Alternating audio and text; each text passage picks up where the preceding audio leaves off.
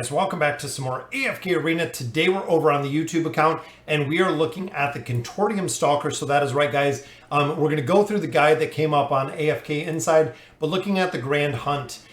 Interesting enough, guys, from the last time I did this, which I was ranked in the top 4, to this time, I have gained probably about 2,000. It was a little over 2,000. Of my essence that I got out of here. So these are much higher than they used to be. And also looking at the guide, guys, Badge Addiction I put to level 10. I did 1 in Subjugation and then 1 in Energy Transfer. Again, that is the optimal build that they're showing over on this guide. So I am hoping that I'm going to run through, I'm going to set all 3 of my teams, see exactly, again, based on this guide, what teams that we can get with the formations that we do have present. So ring, there we go. I'm looking over at the guide exactly, mirroring what they have over there. So they actually have Rowan in here with the Curse Breaker. So this is the formation, guys. Again, looking over at the guide. So this is team 1 for the formation. So let's take a look at team 2 with the badges, which is good. We actually have Screg with the hammer. So we'll actually swap that one over to the Skullcracker. And then we have the Sword of Triumphant right there. Merlin is running the Resurging Stars. And then, of course, Little Peanut is running the same, the Defender's Protector. And then our third formation, we have Drez within here, which Drez is actually a little bit... This formation, I think I'm going to have to change up. Because this one, it shows Silas here. And then we have Drez. No, it's going to be the same. So we have Drez right here. We have, of course, Rosaline following Drez within here. And then we have Damon. I wanted to make sure this formation was good. So looking again at the artifacts, we have the Cape. We have the same one here, the Defender's Protector. Rez is actually wearing that Sword of Triumphant, which is a super strong one. Then we have the Horn of Inspiration on Rosaline. And then we do have the ring over on Damon. So this is the ideal comps, guys. I have the beacon set. I do have the formation set. So again, I'm going to go ahead and begin the battle. See if we can finish. I'm just going to do all 5 of these. So I'm going to skip through, see based on the formations if we're hitting. So 101 right there, which I believe still does not top the top damage we had. Definitely worth resetting just for the simple fact that now I have a lot more essence. I have a lot more of the Contortium fuel to build up those beacons. And I'm hoping, guys, 101 is still the cap in here.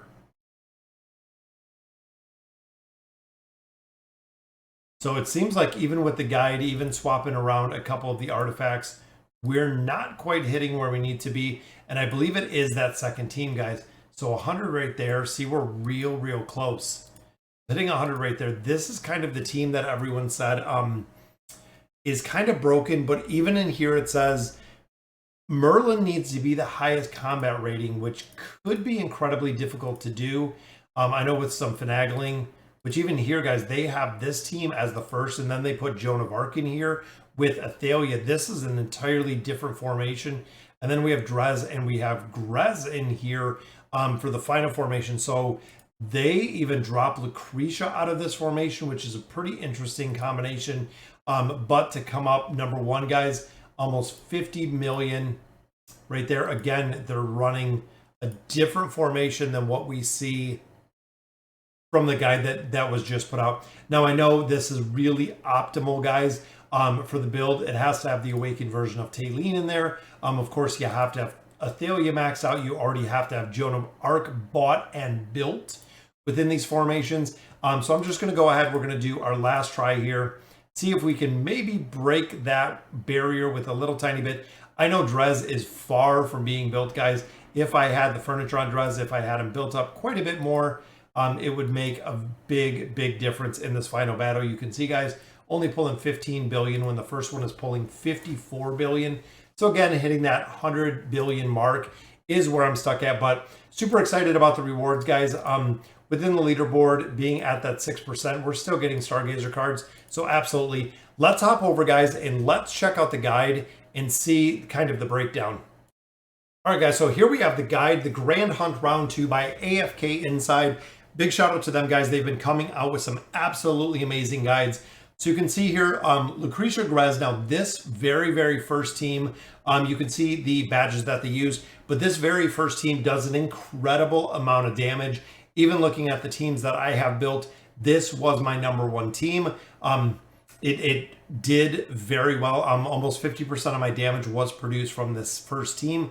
Second team relies on Gorvo to do damage. It's kind of the reflection ability he has going on in there.